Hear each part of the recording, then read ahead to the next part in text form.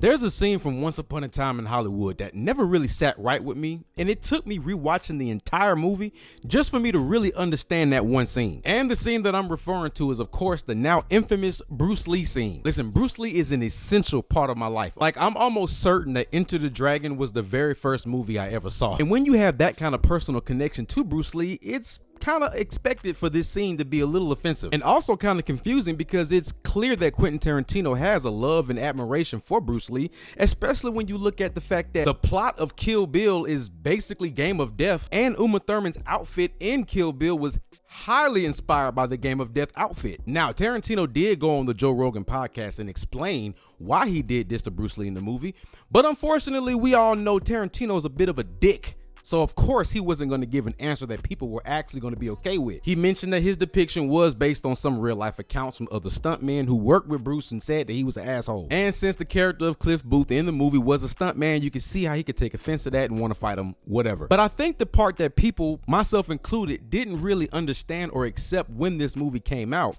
is the fact that this is a fictional story. Cliff Booth was not and is not a real person. And if you look at his power scale in the movie, you can clearly see he was meant to be this overly strong, somewhat unrealistic character. And the scene where those cult members broke into his house makes the Bruce Lee scene that much more understandable. He was completely unarmed and whooped 3 armed people's asses while tripping on acid. This man got stabbed in the hip, passed out, and then woke up shortly after to laugh about it. Not to mention the Bruce Lee fight was just a memory from Cliff's mind that he told from his perspective. Of course he's not gonna make himself the loser. Not to mention, if you really look at the scene, he didn't whoop Bruce's ass. Bro, Bruce barely broke a sweat. Plus, he got thrown into the side of an old school Cadillac so hard that it put a dent in it. And then he got right up and continued to squabble. I don't know about y'all, but if you get tossed into the side of a 69 Cadillac DeVille, you not just gonna get up and walk that off. So even though the scene kind of depicted him as being stupid, it also depicted him as being damn near indestructible. This scene was nothing more than a recollection of an exaggerated memory. And honestly, if you keep that in mind,